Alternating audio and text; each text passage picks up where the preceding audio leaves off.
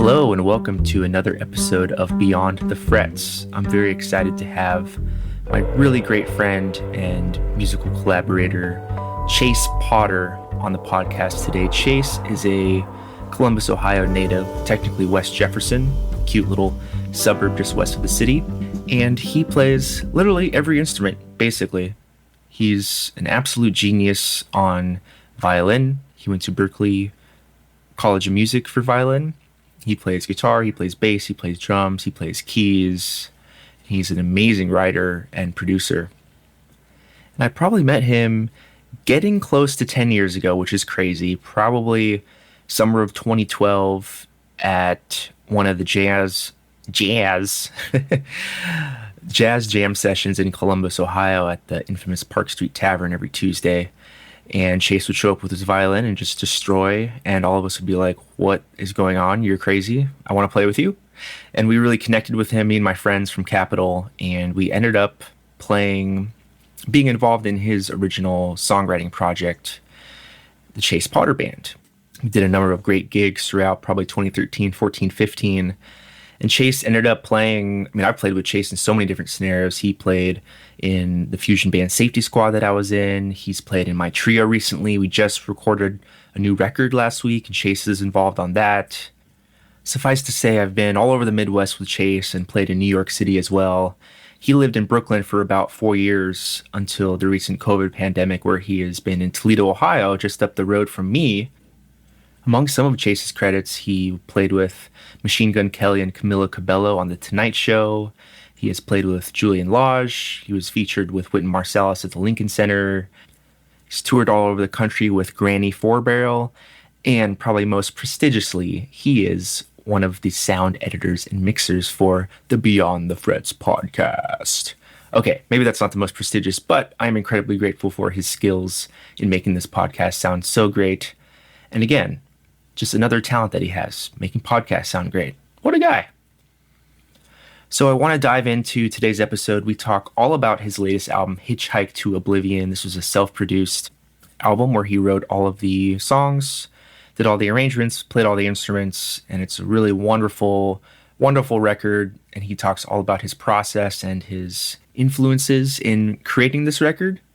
We also get into just being a modern musician in today's times. We talk a lot about Spotify and streaming and just being honest with yourself as a musician and artist and composer. And I just really love this conversation. And I'm just really happy to call Chase a close friend and musical collaborator over many years now. So I want to thank the Mid-American Center for Contemporary Music for supporting this podcast, as well as Silver Heart Productions. Thanks to Chase Potter for his editing and mixing work. So sit down, grab an axe, and get abducted. This is Beyond the Frets. Hang your hat and hang your coat up. Don't forget to gloat when things have gone your way. Ignoring all those inhibitions, searching in the kitchen through that mess you made. Listen here and listen good. I'm listing off the ways that I should live my life. How's it going, buddy? Dude, doing all right. How are you? I'm doing pretty good. So, I really wanted, there's so many things I could talk about with you because you do literally everything. I think you're a certified Toastmaster general. Oh, I try to. In addition to being an amazing writer and purveyor of every instrument ever.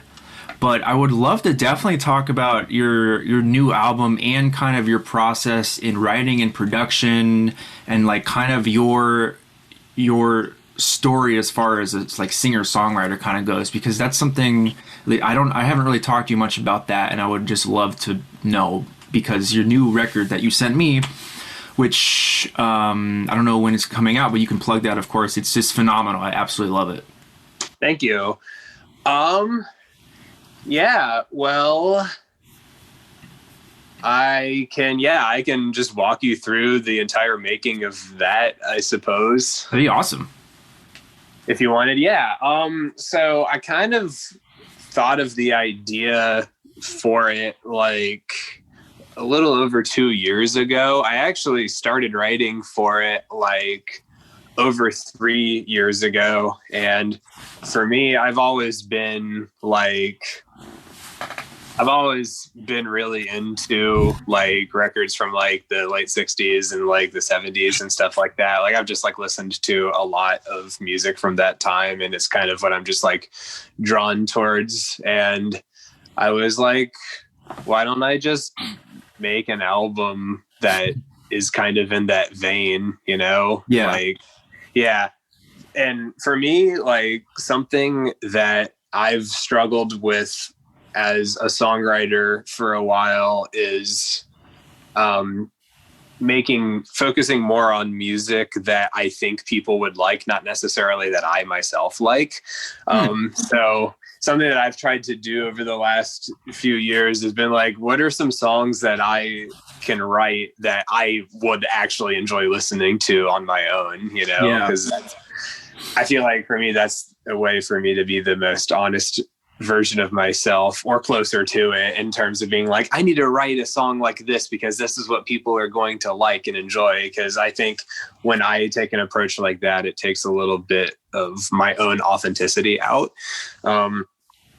So I just kind of tried to focus on like writing songs that I would be into, but that also fit into this vein of like more of like a throwbacky sound without it being like overly cliche, like here's my throwback album, you know, because I feel like too many people fall into that void or are susceptible to that. Well, what is it about the 60s and 70s records? I mean, maybe you could name a few, but like, what are the qualities in that music that you're hearing that you're trying to capture that isn't just like, okay, here's like my Beatles thing, or here's my, you know, Allman Brothers thing, or whatever it may be? Yeah, totally. Well, one, sonically, just like the technology of that time, like the warmth of tape and like the analog gear that was used. It's just, I don't know, it's just kind of like an appealing aesthetic to me. But aside from that, also just kind of like the human element of that music. And I think that that's the biggest thing for me, you know, because they didn't have all of the crazy technology that we have now. It's like, okay, we're going to put a bunch of people in a room and you just have to keep taking it until you get a take that sounds good. And it can't really be edited a whole lot. I mean, they did like tape cutting and stuff at that time, but it was hard to do. And whereas now, like if you don't like something, duct tape, right? Yeah, you just swipe a thing. Sounds horrible. What is happening? Yeah. But trying to capture that with just me was really, because I played everything on the album, as I tend to do for most of my music. So trying to like keep that in mind of like, obviously like I want it to be tight, and a lot of those records are tight because people on them just could play. So trying to keep that tightness, but also a human element where it sounds like a band, but all done with myself. Yep. It's hard. So one of the things that I do is like, let's assume that the song in question has drums, bass, guitar, vocals, whatever. Once I have the song written, in terms of the recording process, I'll just throw down like a scratch guitar track or a scratch piano track just to outline the form of the song. It doesn't have to be good, as long as it's in time and it outlines the form of the song. And then I'll record drums first. Okay. And I'll do it along with that scratch track. So I'm like, okay, now I know like where this is going. And then once I get the drums sounding good, from there, it usually depends. Like if it's like a rhythm guitar heavy song or a piano heavy song, then I'll like do that first, and then I'll add the bass in, and then I'll maybe like do a scratch vocal just so I get a vibe, and then I can work the rest of it around that. And yeah, you just kind of build it from there. But I think it's important to make sure that like your rhythm section stuff is like very locked before you add anything else, because doing it the other way is like really tricky. I mean, it can be done, but it's it's a lot harder. And with your songs, I mean, do you tend, I mean, how do you usually start with an idea? Is it like a melody or like lyrics or a groove or just sort of whatever happens? Yeah, so for me personally, I rarely start with lyrics first. I mean, I have done it, and I know a lot of songwriters where they're like, yeah, I write down all these lyrics and then I do the rest later. For me, I guess because like I've been playing instruments longer than I've been writing lyrics, I just tend to go with the musical direction first. Like maybe I'll be sitting down with a guitar and I like start playing some chords. I'm like, oh, these are cool. And then start building sections and see where they go. And then I'm like, okay, well now I need some melody. And then I start humming different melodies over it. And then like kind of like somewhat like baby talking syllables over it. And then like seeing if any words just come out on their own. Oh, wow. Yeah, and I always try to like make recordings of it on my iPhone too. Like some words work if they just work rhythmically within the song, you know, and they just like come out and be like, oh, that's nice. And then you can maybe be like, well, maybe because I naturally said that word there when I was just baby talking lyrics and it turned into a real word, I should use that and then build around that. I really want a baby talking Chase Potter album. Oh, dude. Over like super hip harmony. You know, if quarantine keeps going on, anything's possible. That's right. Yeah, dude. Yeah, so that's kind of the approach that I take to songwriting, and I just try to like write the lyrics down and like make sure that I don't know, I do a lot of like revisions and stuff on my lyrics, mostly because I don't know, I guess probably because lyrics are my least comfortable thing that I'm with. I know that I've gotten better at it since I've started writing songs, but I just do a lot of revisions on that and stuff once it's written. And then once I feel like it's good, then I'll be like, okay, the song's done now. So it makes sense because you've been playing as an instrumentalist for like 1,000 years, literally. So it makes sense that the musical element can inspire words or a mood or, you know, what you want to say literally, as opposed to starting with a story or a character or whatnot. I mean, obviously the song can still have a story and a character without having actual words to it, but you just do it that way first, which that makes absolute sense to me. Yeah, and also it's important to embrace what's on your mind or like the mood that you're in or whatever. And to bring that level of emotion to it. Like for my album that I sent you, it's called Hitchhike to Oblivion, which I actually started writing before 2020. So call me Nostradamus. I don't know. But there's just obviously there's so much going on in the world that most of us think about every single day. And I mean, those are things that weigh heavy on my mind a lot in terms of like the future of humanity and like, of course. Yeah, you know, and so almost all of the songs on that album relate to everything that's going on in the world in some way or another. And so I just tried to like keep those things in mind when I was writing the album. And because of that, like, I knew that I wanted to make an album and I knew that I wanted it to be kind of like a throwbacky type of thing.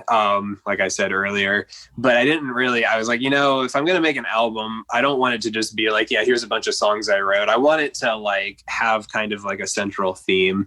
And then once I started to realize, I'm like, well, all of my songs are kind of like have this theme on their own, or a lot of them do. And there were some other songs that I was considering putting on there, but I decided not to put them on there because I felt like it didn't fit the theme of everything. Yeah. right? You know, like if you have all of these songs about the possible end of the world going on, and then you have like a very cute love song in there, like it would be right. You could make it work, but it'd be a lot harder. So there is an overarching, like cohesion to the album. There's definite intent to what the whole thing says. Yeah, and even if it's subtle, like in some songs it's like very obvious, and then in other ones it's not as much, but they, for me at least, they do all relate in some way to that theme. Not only does it all have a theme, but it, like listening to the whole record, there's so many different styles or like facets of what you do. I mean, there's like totally like a country song. There's like wall of sound pop. There's like folky stuff. I mean, just all the things that are part of you. And just like the 60s and 70s, you had so many different types of music all at once on the radio at one, whatever. So exactly. Like, even though for me, when I was listening, even though there was a lot of musical elements that might not always go together, just I think the way you tie it together, whether it's lyrically or just I mean, it's you doing everything, so there's that element of you just being like sprinkled throughout everything. It made sense. I love it. Oh, thank you. Yeah. I mean, I'm like very into lots of different genres of music and have played lots of different genres of music. Yeah. So I wanted to find a way to like incorporate different things, different genres that I'm into one album. I mean, I'm not gonna like have like a free jazz track and then like a power pop song. I'm not gonna go that far because right. Away from the cohesion.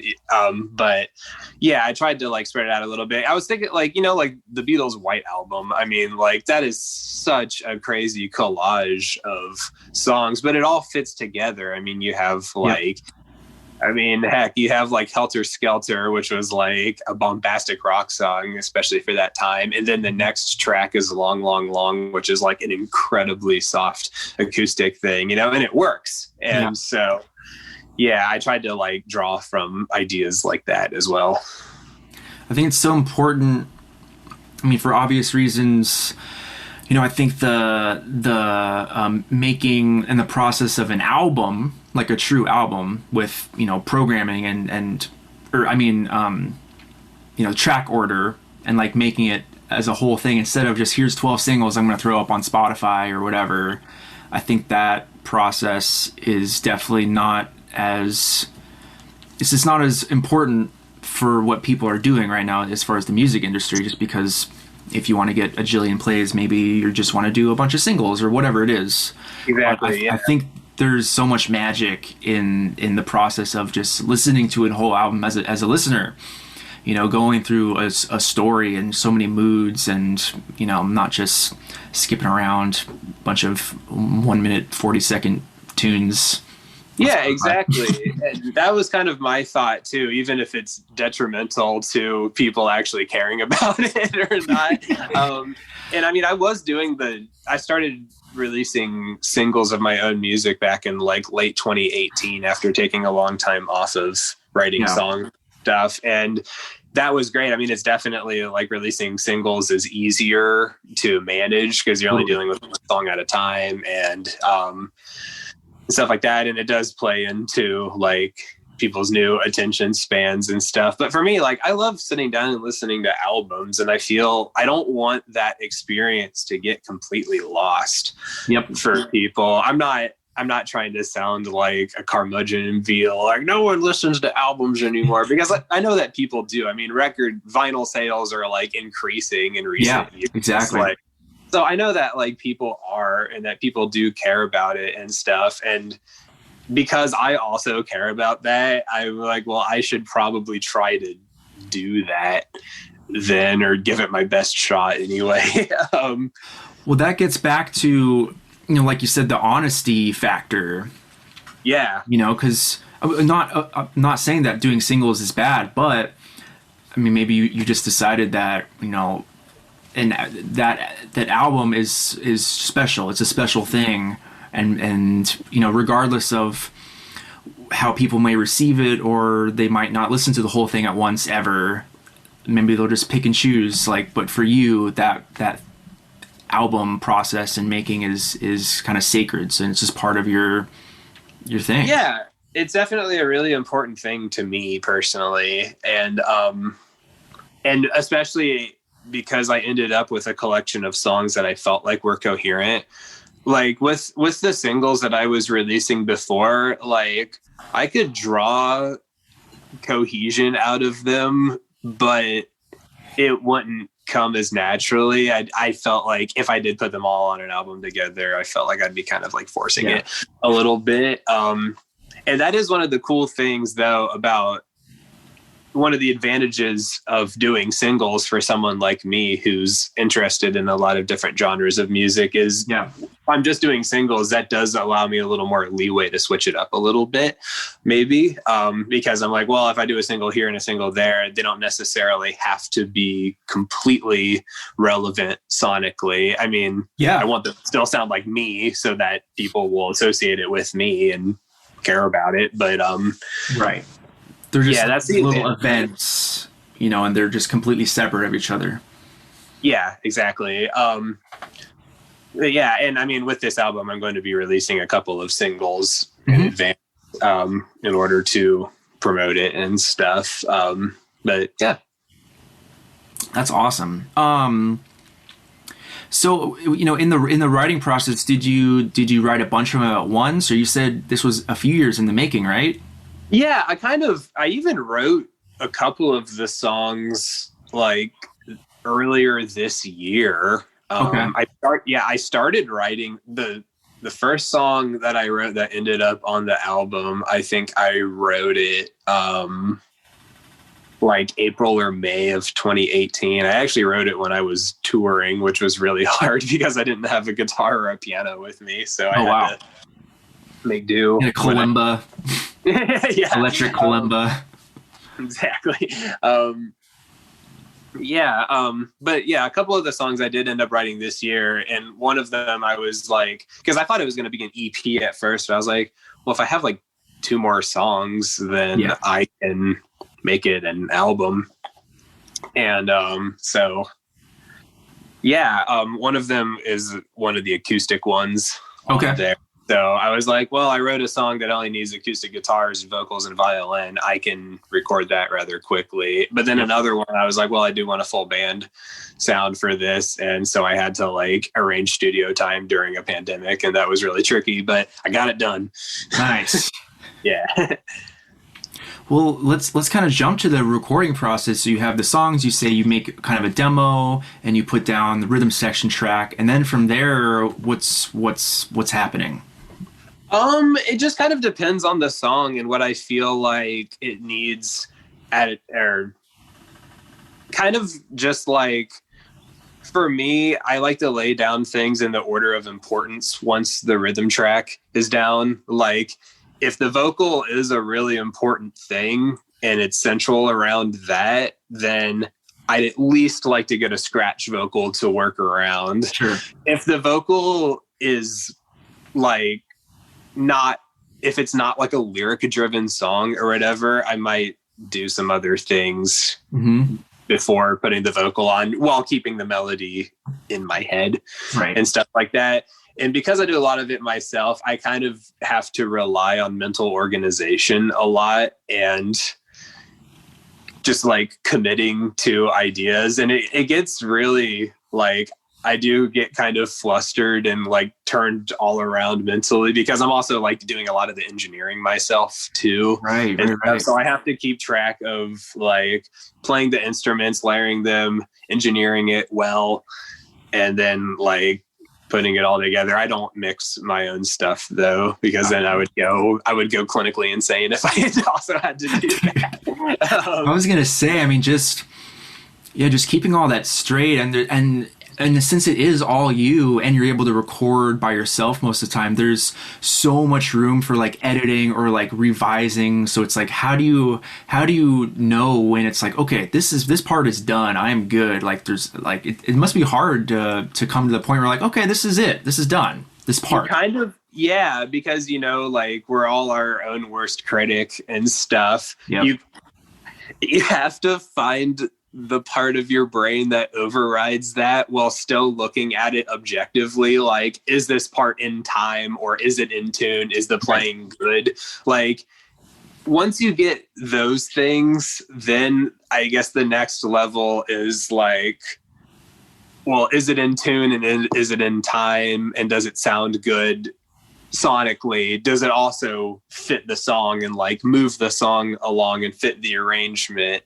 Yeah. And if you check all those boxes off, then even if there's a part of you that's like, oh, but I kind of want to redo it, or maybe I could do this better. If you actually want it to get done, you kind of have to override that and be like, it's finished. And you have to be your own producer in that way. Right. Otherwise, it wouldn't ever get out, you know? Yeah. And it's really hard too, because every time I release something, you know, it takes a while and I learn and I improve each time I do the process. And I look back and I'm like, oh, if I would have just done this differently, or, oh, I could have done that. But had I not taken the time to actually release the song, I wouldn't even be able to look at it with as much hindsight then. Exactly. So, yeah, it's, you know, the struggle of being an artist. We're our own worst critics, and hindsight is 2020, and like all that, you know. Yep. Yeah. But and well, it's always funny because like the things we notice when we look back are things that probably literally no one would ever think about, because it's just our wacky brain and our inner critic that's like, oh, I shouldn't have done that one little thing, or what if I just moved the, you know, the XY axis to the nobulus? It'd be so much better. Yeah, dude, that's exactly it. But other people don't even think of anything related to what we criticize, which is it's like so messed up. Yeah, and a lot of people, like, if they're not musicians, then they think about it in an entirely different way too. Yeah. Like, yeah, I really like, if I could have any superpower, it would be to be able to like turn off my musician ear, like turn off all of my knowledge. Like, I want to hear what people hear when they listen to like Julian Lage or like Steely Dan or like whoever it is. Like, I want to experience music like most people experience my own playing, which, you know, most of my audience or whoever is out there is not a musician that has spent 20 years in the grind. So it's like, I wish if I was able to have that power, that would be so helpful. I think about that stuff a lot, and you know, I do know quite a bit of people who aren't musicians but have such a deep appreciation and knowledge for music. Like, I know plenty of non-musicians that know more about music than I do in terms of like history and like who played on what or whatever, or even just like the amount of like the size of their inner catalog like is bigger than mine sometimes. And I think that's really interesting. It's like, I know that this person loves and appreciates this craft in which I do like so much, but they interpret it, I assume, in a completely different way than I do. And it's also interesting to see like people who are deep lovers of music, but what kinds of music they tend to gravitate towards. Like, I mean, there's like plenty of like huge jazz fans that don't play jazz that know way more about jazz history than I do. And then there's also people who love singer-songwriting more than I know about. I don't want to say more than I do, but maybe have more of an affinity for that genre and that side of music more than I do and stuff. And it's really, really fascinating. Yeah, absolutely. Music is like just that mysterious thing. Like, I always tell people, you know, who are learning guitar, they're like, oh, like, I wish I was better, like, blah, blah, blah. I'm like, well, the cool thing is, like, no matter how good or bad or what level or what age, like, you can have just as much fun as anyone playing music or listening to music. Like, yeah, the enjoyment is the same. Yeah, exactly. Yeah, that barrier of like having fun. You don't have to be God level, you know, musician to have as much fun as someone just playing, you know, Jack Johnson tune for the first time. That level of thrill is kind of always the same no matter what. Yeah, it's like my this reminds me of my grandpa. He dabbled with music. He played a little bit of ukulele, and he had like a really cheesy organ, and he only knew how to play like 2 songs on either one, but he had the most fun doing it. Like so much like just pure joy doing like playing these 2 songs that he knew on the organ. And there's just like a Like real Enter Sandman and Raining Blood. Yeah, exactly. Those are the 2 that he knew. But yeah, it's really interesting that like, especially when people like us who do this professionally and like practice and things and try to improve, like there's definitely times where I have lost that sense of joy with it, you know, of like, I'm like, oh, I suck right now. I need to hammer this out and I need to practice this over and over and over again. And obviously that can be an enjoyable experience as well. But there's times when it's not enjoyable. And while there's also the people like my grandpa who can only kind of play 2 songs on the organ, who are having the best time of their lives because they wish that they were doing what we were doing. Right. And it's a very interesting cycle. I know. Yeah. I mean, the grass is always greener no matter where you're standing. Exactly. But, unless you're in the middle of the ocean. Yeah. Then.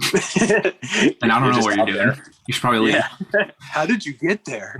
What's happening?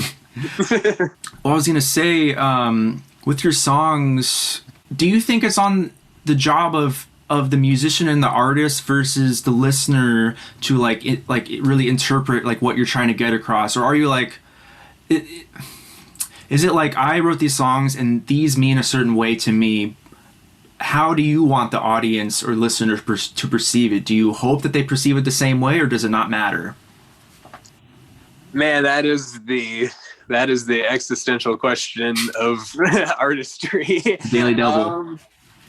I feel so many different ways about this, and for me, I'm not saying my answer is right or wrong. This is just the way that I make sense of it.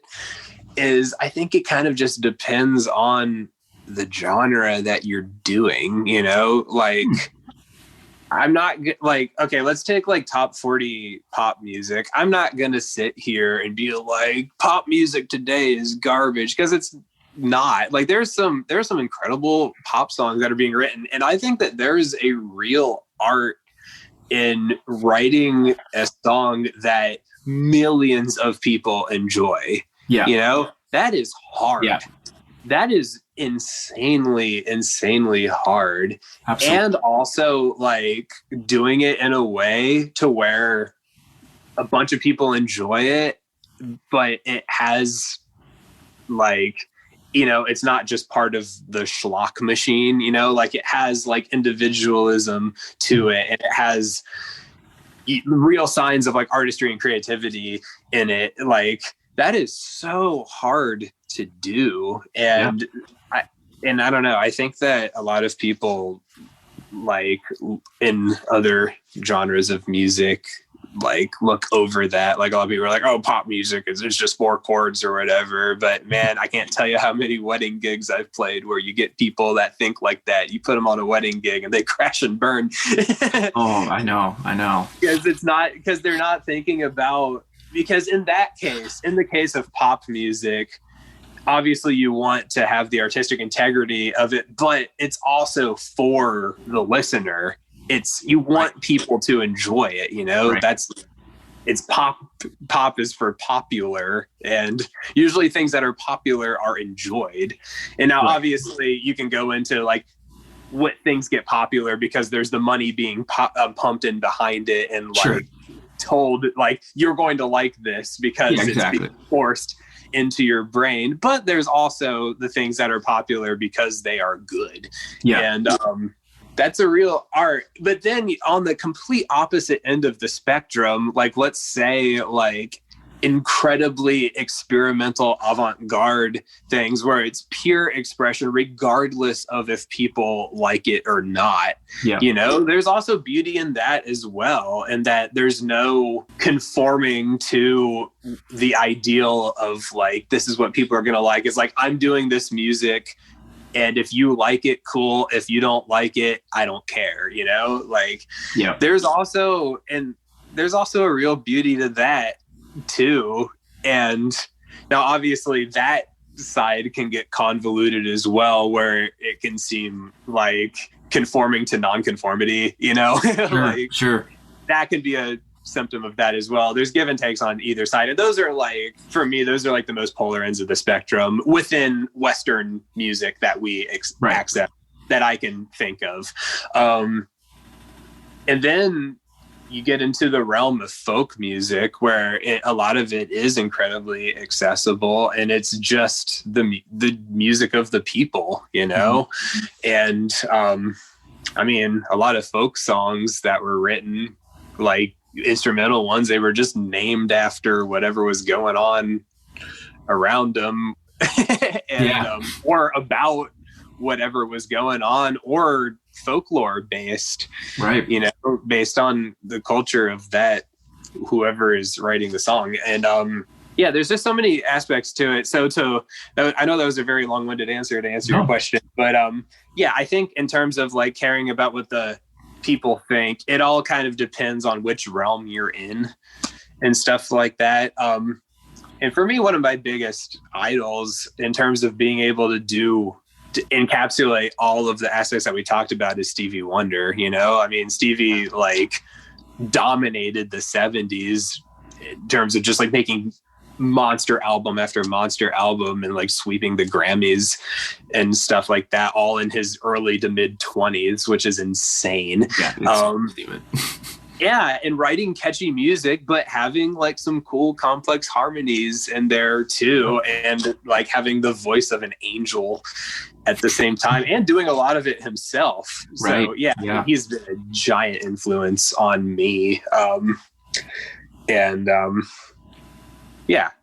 Yeah, so what was your name again? Anymore. What'd you say? I don't even know anything anymore. That's fair. Stevie is such a great example because he just hits every element. It's like for the musicians, we can nerd all about his harmony and the voice leading and like just the insane musicianship. But for the people, they can relate, and we can relate to these other things too, but people can relate to the groove or just the way the lyrics make them feel or just whatever it is. Like there's something that you can latch onto. Yeah, it just feels it's insane. Yeah, it feels great. It's been like really freaking me out that like I've been listening to a lot of Motown and just a lot of those great records. And that was like 50, 60 years ago. Like I'm going to live, well, knock on wood, I will hopefully be around when a lot of those records are like going to be 100 years old.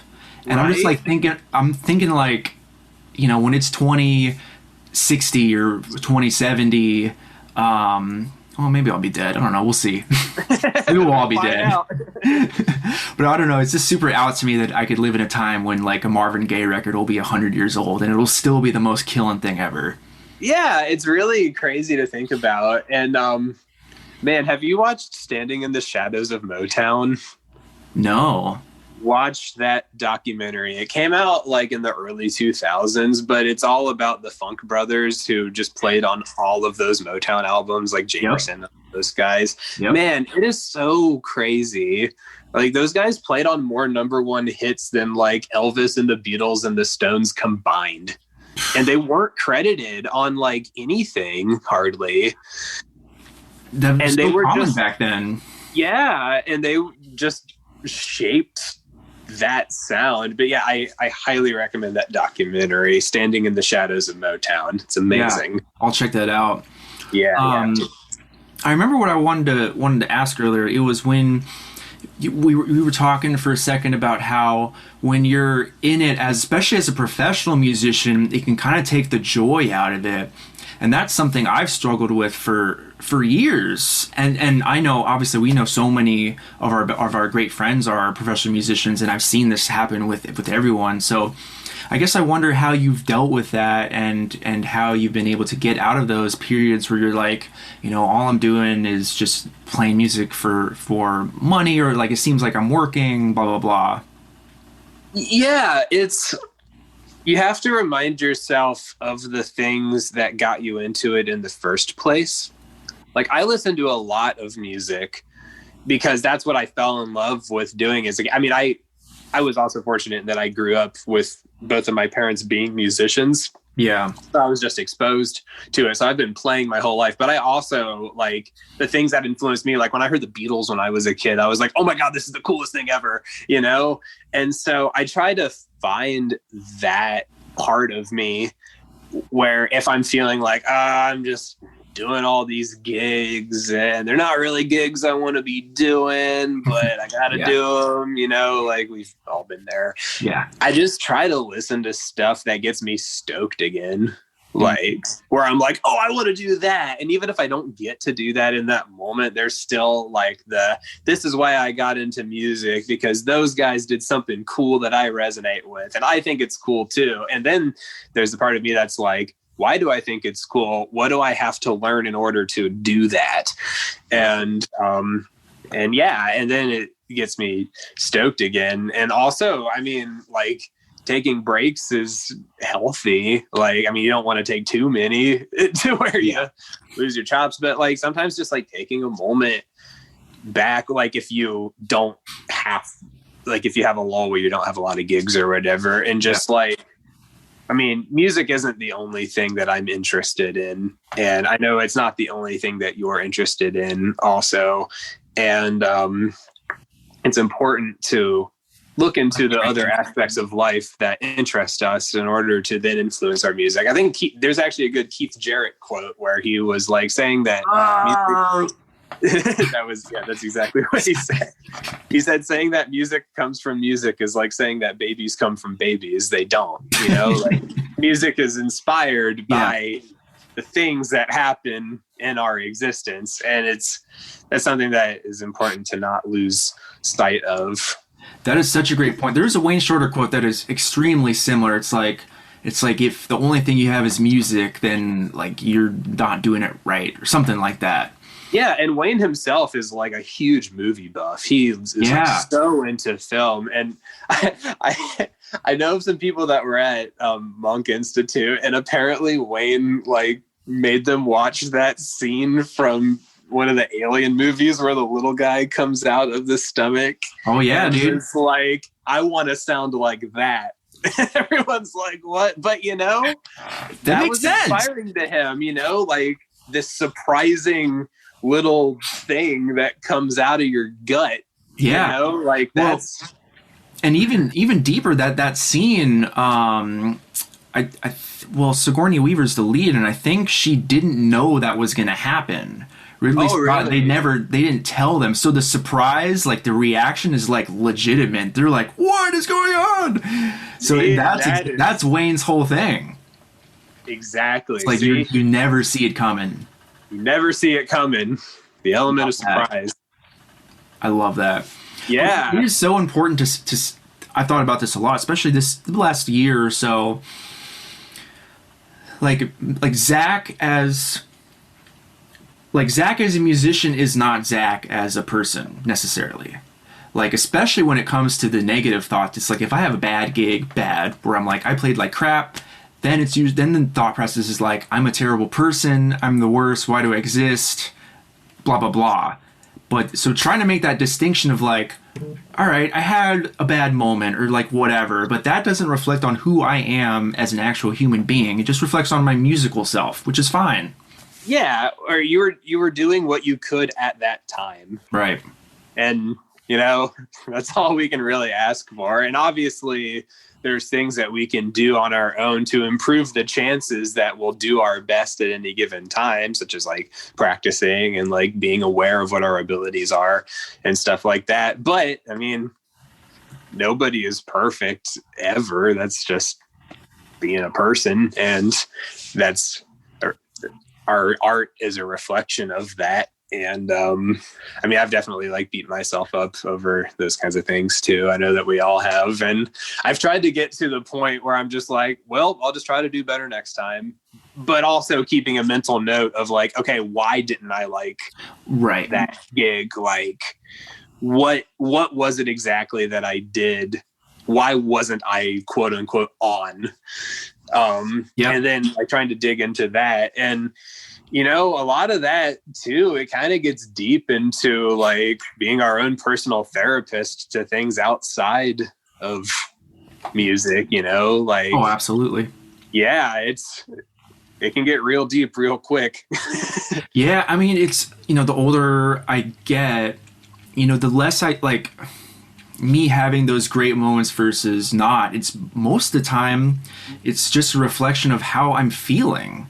It's not about like, oh, I practiced, you know, X amount of hours this week, so I'm going to sound that much better. It's more like, you know, am I really in the moment? Am I listening? Am I feeling okay emotionally and mentally? Because if I'm not, then that's when afterwards I'm like, yeah, that wasn't happening. So it's exactly. the amount that it's tied up to those non-musical things is really astonishing. Yeah, and there's also like I've done gigs before where I've been like actually like sick or whatever just because I like have to do them. And if it's an improvising based gig, then there's a part of me where I'm like, you know what? I'm just going to do this. And sometimes it ends up being pretty great. Yeah. I've done some gigs where I was quite ill. There was a summer where I had mono the whole time. And I remember doing a gig where I was like, man, I played better than I have like maybe ever, even though I felt like I was going to die the whole time. But there's also been times where I've been really sick and it affects me physically, where I'm like, no, right. Execute this, especially on gigs where it's not improvisation based and I have to like just nail parts or whatever. Then I'm like, I really don't feel good. It's hard to nail this, and those are when you just have to like power through it. Yep. Yeah, and hope that the music makes you feel a little better. And right, exactly. Yeah. So, I guess I don't want to take too much of your time. I appreciate you doing this. It's been a lot of fun. Yeah. I'm down to talk about whatever. Oh yeah, I was just gonna say, you know, so with the album, what's the timeline right now? That's a really great question. So I have it like currently. I don't know when this podcast episode will be airing, so hopefully the album's that's out. A great 16 years from now. Hopefully by the time this is out, my album will also be out. But right now it is the middle of December and I have the album done. I have the artwork done. And I have an animator making a music video for me for one of the singles. Wow. And entertaining, maybe doing a couple other music videos for if I do 1 to 2 other singles. I haven't decided if I'm doing 2 singles total or 3. Okay. And so just getting that stuff together. And also I'd like to look into like maybe like a little extra like maybe hiring a publicist or something, because I'd like to get more than 20 streams on it, ideally. So considering that as well. So at this point, I mean, sometime in 2021, it will be out, but it is completed. So yeah, I just have to get all my ducks in a row before I can release it. Yeah, the nitty gritty. I think probably people don't understand. I mean, even musicians that have maybe just never put out an album, how much work there is after the music's all done and mixed and mastered. I mean, that's not even like half of it. Yeah, man. I was actually thinking about this stuff a lot recently. You know, the whole Daniel Ek thing where he's like, musicians need to be releasing things every 2 or 3 months. Did you hear about this? No. So Daniel Ek is the guy that owns Spotify, and Yeah, he has $1 billion literally. And he is like, you know, if you want to stay relevant these days, it's changed. People need to be releasing things every 2 to 3 months. And, you know, it turned into a firestorm of opinions online immediately, of course, as anything does these days. Sure. And I could talk about this forever, but I'm not going to. Okay. But the one thing I am going to say is the thing that you said, especially dependent on what kind of genre of music you're making. Like for me, where I'm playing all the instruments myself and I'm writing the songs and things, these things take time. And sometimes and it caters to the integrity of the art. I'm taking time on this because I had someone mix it who is really, really, really good. I could have mixed it myself in less time, but then the art would suffer. Right. And it's like, how much do we want to play into the demand that those who own the mediums are setting to where it sacrifices the art, but while also still being relevant? Because, we'd like to get paid for what we do. And obviously there's just as many pros to streaming technology as there are cons to streaming technology. And then there are people who, if you're like a beat maker or an electronic musician or like a lo-fi hip hop producer or whatever, you can churn out music every week if you wanted to. Yeah, that's great. But not everybody makes that kind of music, and different kinds of music have different timelines. Right. That's just the reality of the situation. And I would hate for the forms of music that do logistically take more time to fade into obscurity because the demand is placed and favored towards those who can churn out music quickly. Not that I have any kind of beef with beat makers or electronic music producers or lo-fi hip hop producers or whatever. I have no beef with those people whatsoever. I mean, that music has as much integrity to it as anything else does.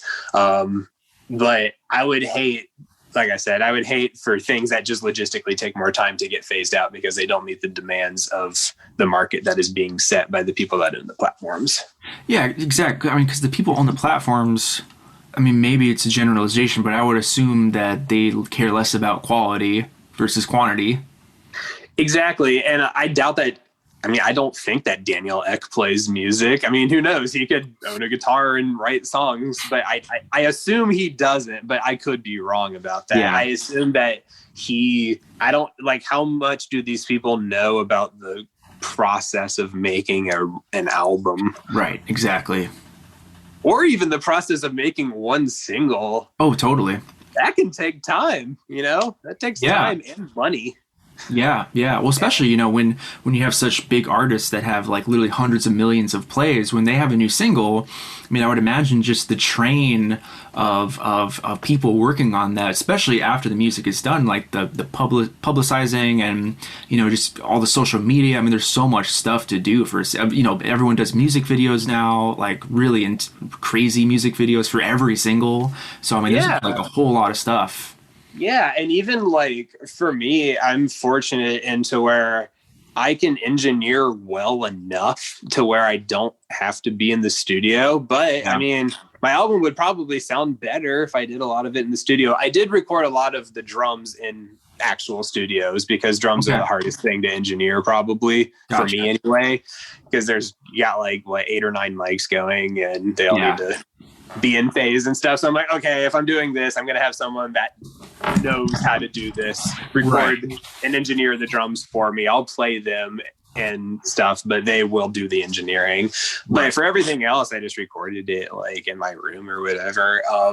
But like I said, if I would have done it in a studio, it would probably sound a little bit better, but I would be out of money. And then in order to get the money to fund that, I would need to work doing God knows what, which is fine, but that's time I wouldn't then be able to spend on my art.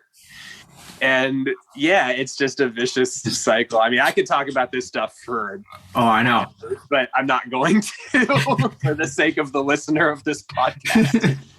Oh, don't worry. I'm going to cut this into a 45-second episode. Oh, perfect. It'll just be us saying the back and forth. Completely in favor. Actually, I do have a question. Yes.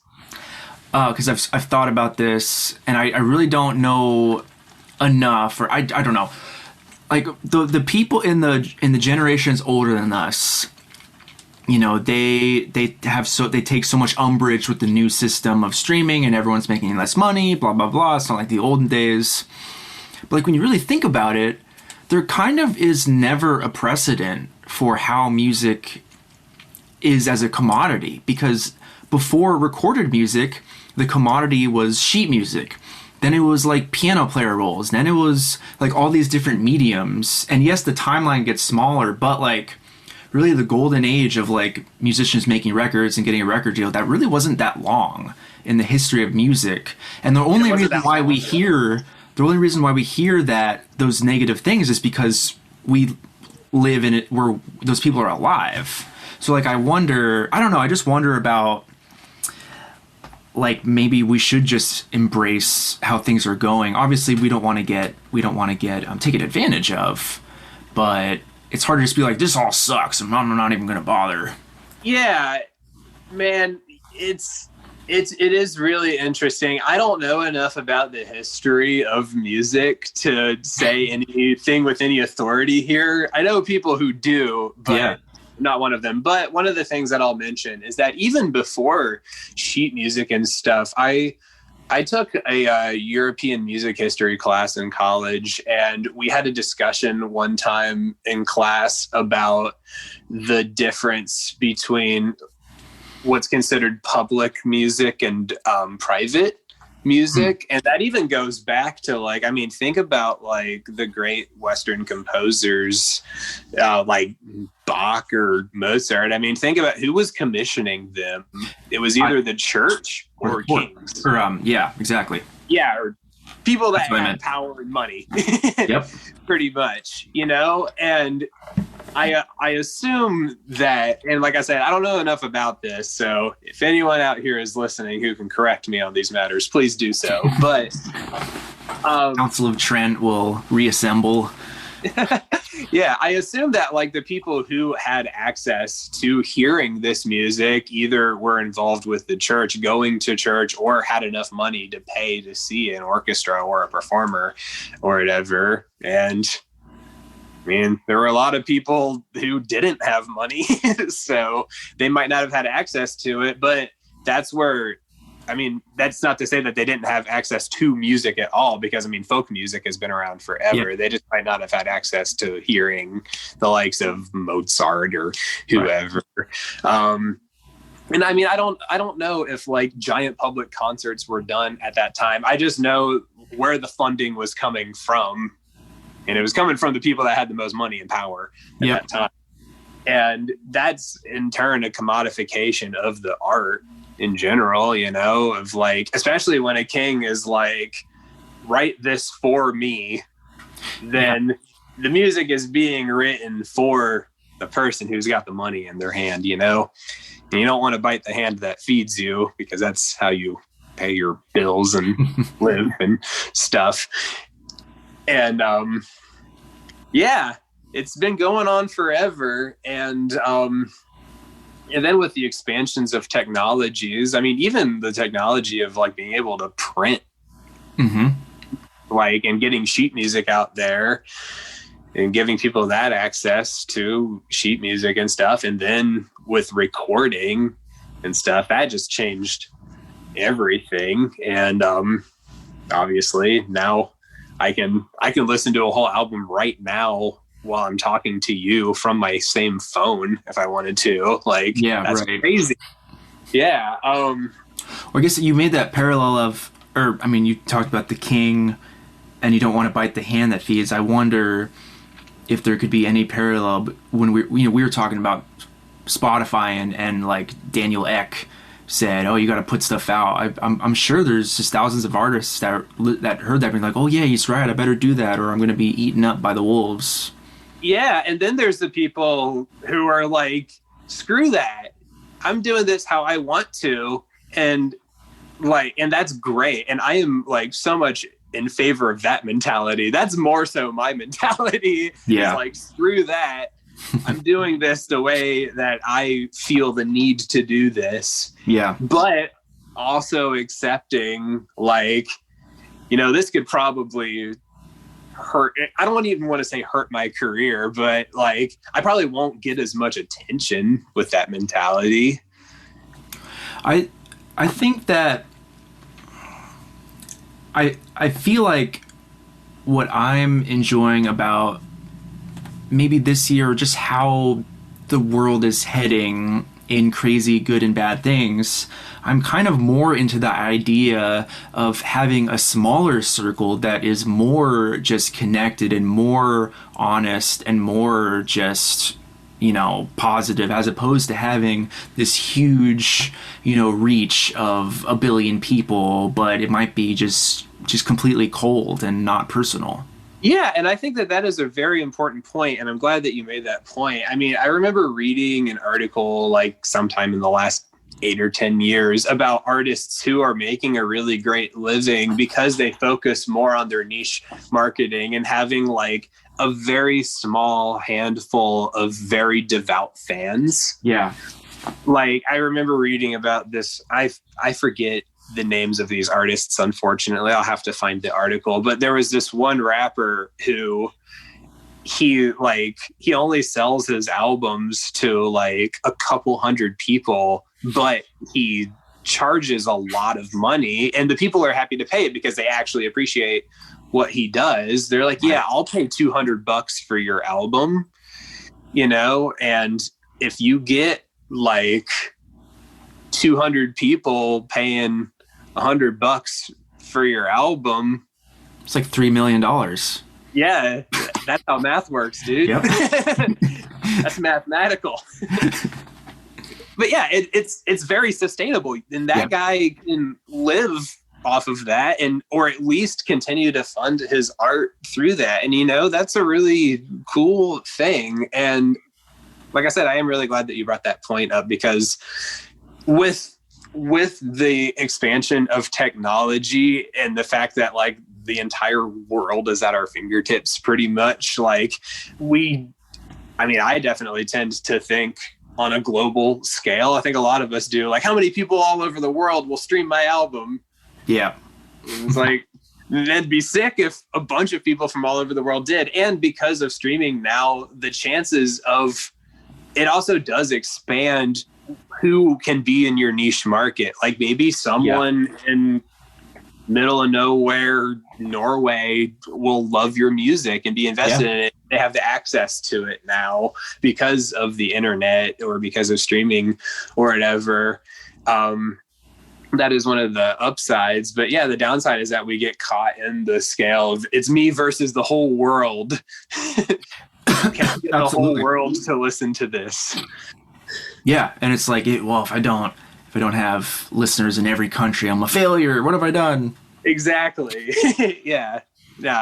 Like I've already said 3 times now, I am really glad that you brought up that point. That's a good point. It's almost harder, you know, I mean, that there's this democratization of entertainment and the ability to get things out. It's almost harder just because of the sheer amount. So I think having the expectation that, you know, yes, you can put things out in the world, but the world might not listen. Like if you're okay with that, then you may have a fighting chance of not, you know, thinking you're a failure. Mm-hmm. Yeah, definitely. But this is great. These are I like this very much. You are great. You're one of my favorite people. Mr. Chase Potter just always impresses me in everything you do. Like I said, this album is just phenomenal. I love it so much. Can't wait to listen again. I'm gonna listen to the lyrics now, because I'm so bad at that. I always listen to the, you know, everything else except the lyrics, and I'm trying to get better at that. Oh, cool. Well, I hope you like them, and I'll do a quick plug. Hopefully my album will be out by the time this podcast is out. It is called Hitchhike to Oblivion, and it'll be on all the streaming services that we've all just talked a bunch of crap on, but hopefully you can find it on there. You can listen to it. I'll also have it on Bandcamp if you want to support me a little more directly, or just send me an email. I'll send you the album. It's all good. Please give it a listen. Show your friends. Tell your grandma. And yeah. Absolutely, man. Well, yeah. Thank you so much, dude. I appreciate it. You were a gentleman and a scholar and a royal prince, if you will. Oh, and you're the perfect man and the prince of podcasting. We'll see about that. Let's see. Time will tell. All right. I know you enjoyed this conversation. I know the first thing you're going to do after turning off your podcast app is listening to Chase Potter's Hitchhike to Oblivion album. It is out everywhere now. We recorded this conversation way back in like the winter. So the album is fully out, ready to stream on any platform. Go check it out. Hitchhike to Oblivion by Chase Potter. You're going to love it. I guarantee it. Sponsored by Men's Warehouse. I wish. That would be super cool. With that being said, I'm going to keep it short for today and give you time to go listen to Chase Potter and his music. Next up on the podcast will be the amazing Tim Lurch. You're going to enjoy one of my favorite conversations ever with this amazing musician and educator. I know I said I was going to have him last time, but I lied. So there we go. But for real, he will be the next episode, and that will be a two-parter. So stay tuned for that. Please rate, subscribe, share, like Beyond the Frets anywhere you can, especially on Apple Podcasts. That helps a lot. If you left a review and a 5-star rating, if you're so inclined at least, that would be super helpful to us in getting the podcast out to new listeners and new ears. So that is all I have for today. I hope you have a great week. Check out Chase Potter's music and catch up on other episodes of Beyond the Frets anywhere you find your podcasts. Later.